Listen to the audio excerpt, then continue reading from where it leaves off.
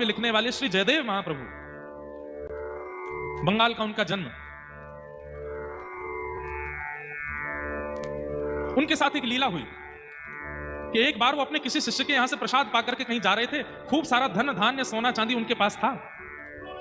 बीच मार्ग में कुछ लुटेरों ने उनके रथ को रोक लिया और सारा धन हरण कर लिया। जयदेव महाप्रभु बोले, भैया तुम सब ले जाओ, हमको छोड़ दो।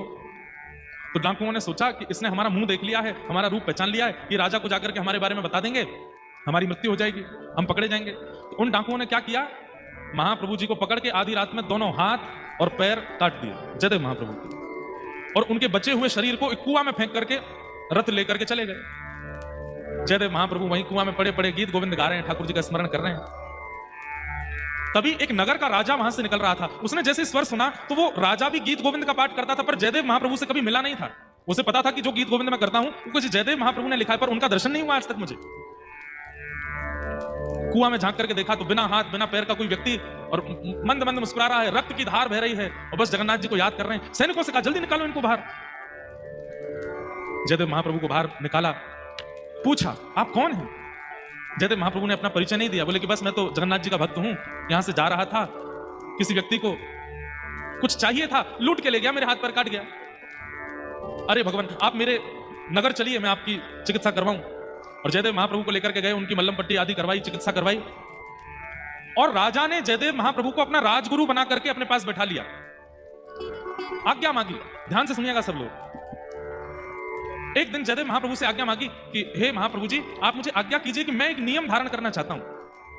जयदेव महाप्रभु ने कहा, एक ही नियम धारण कर लीजिए। बोले क्या? नित्य 1 घंटा के लिए अपने द्वार सब ब्राह्मणों के लिए और सब याचकों के लिए खोला करो, वो जो मांगे उनको दिया करो। 1 घंटे के लिए खूब दान पुण्य किया करो, और 1 घंटे में जो आ जाए और जो मांगे सब दे दो।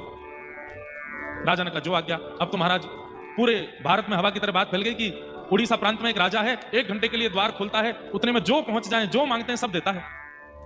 बड़े बड़े ब्राह्मण, बड़े बड़े याचक सब आने लगे। तो वो जो चोर थे जिन्होंने जयदेव महाप्रभु के हाथ पैर काटे, उनके मन में आया कि एक राजा मुंह मांगी वस्तु प्रदान करता है, हम भी ब्राह्मण बन के चले जाते हैं, मांग लेंगे राजा से।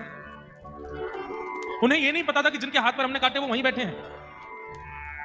चारों ब्राह्मण बनकर के जैसे ही राजा की सभा में पहुंचे, राजा के सिंहासन के बगल में जब जयदेव महाप्रभु को देखा तो चारों घबरा गए। बोले, अरे ये तो वही हैं जिनके हाथ पर हमने काटे थे, ये हमारा रूप जानते हैं, ये राजा को सब सत्य बता देंगे, यहां से निकलने में ही फायदा है। जैसे ही चारों वहां से जाने लगे तो जयदेव महाप्रभु समझ गए कि संकोच में यहां से भाग रहे हैं। उन्होंने तुरंत कहा, अरे राजन राजन देखो, आज कितनी बड़ी कृपा, गुरुकुल में हमारे साथ पढ़ने वाले हमारे मित्रगण आए हैं, इनको बुलाओ। अब यहां क्या हुआ, किसी की घनघोर गलती पर क्षमा किया जा रहा है उसको। इसका परिणाम देखिएगा।